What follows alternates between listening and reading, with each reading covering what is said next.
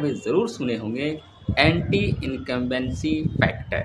जी हाँ, अक्सर चाहे वो लोकसभा चुनाव हो या फिर विधानसभा चुनाव हो, जब किसी भी कोई भी सरकार एक लंबे समय तक रहती है, तो ऐसे में चुनाव के दौरान एक टर्म आता है पॉलिटिकल, जो जो स्पेशली जो है एंटी इनकम्बेंसी फैक्टर कहलाता है।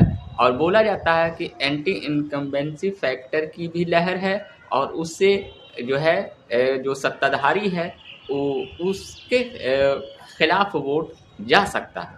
तो आज हम एक बेहतरीन इंटरेस्टेड वीडियो लेकर आए हैं ये पॉलिटिकल टर्म के बारे में, और आप लोगों को काफ़ी नॉलेजबुल ये टर्म होगा, इसके बारे में मैं डिटेल्स बताने की कोशिश कर रहा हूँ। तो आप लोग इस वीडियो को पूरा ज़रूर देखिए। दरअसल जो है एंटी इनकम्बेंसी फैक्टर जो है स्पेशली जो है, इसे आप ये कह सकते हैं कि ये टर्म ख़ास कर जो है सत्ता परिवर्तन से रिलेटेड टर्म के तौर पर जाना जाता है।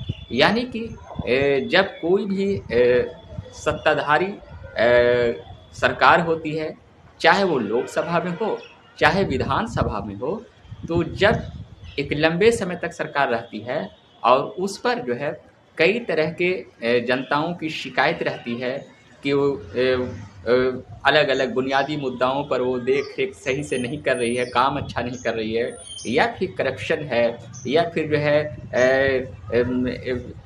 कहीं ना कहीं जो है उस सरकार पर जो है कई तरह के सहायता लोगों को नहीं देने और अपने चुनावी वादा को पूरा नहीं कर पा रही है।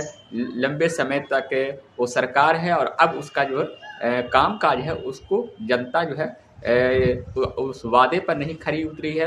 तो ऐसे में लंबे समय तक जब सरकार रहती है तो उस सरकार का सत्ता परिवर्तन के लिए जो है इस टर्म का इस्तेमाल किया जाता है, जिससे एंटी इनकम्बेंसी कहा जाता है। और एंटी इनकम्बेंसी फैक्टर में तमाम जो सरकार पर जो आरोप लगते हैं, चाहे वो भ्रष्टाचार के आरोप हो, चाहे वो जो वादा किए हैं उसका पूरा नहीं करना, या फिर जो है विकास कार्य सही से नहीं करना, तो इन तमाम बिंदुओं पर जब सरकार से जनता नाराज़ होने लगती है, तो ऐसे में जनता चाहती है कि ये सरकार का परिवर्तन हो, सत्ता परिवर्तन हो। तो इसे ही एक फैक्टर के तौर पर एंटी इनकम्बेंसी फैक्टर के तौर पर कहा जाता है। और जब चुनाव का प्रचार होता है, चुनाव नज़दीक होती है, तो कहीं ना कहीं आप लोग ये टर्म को मीडिया के माध्यम से, चाहे वो प्रिंट मीडिया हो चाहे वो जो है इलेक्ट्रॉनिक मीडिया हो, तो आप लोग ये टर्म को ज़रूर सुने होंगे कि इस बार जो है एंटी इनकम्बेंसी फैक्टर की लहर है, जिसके वजह से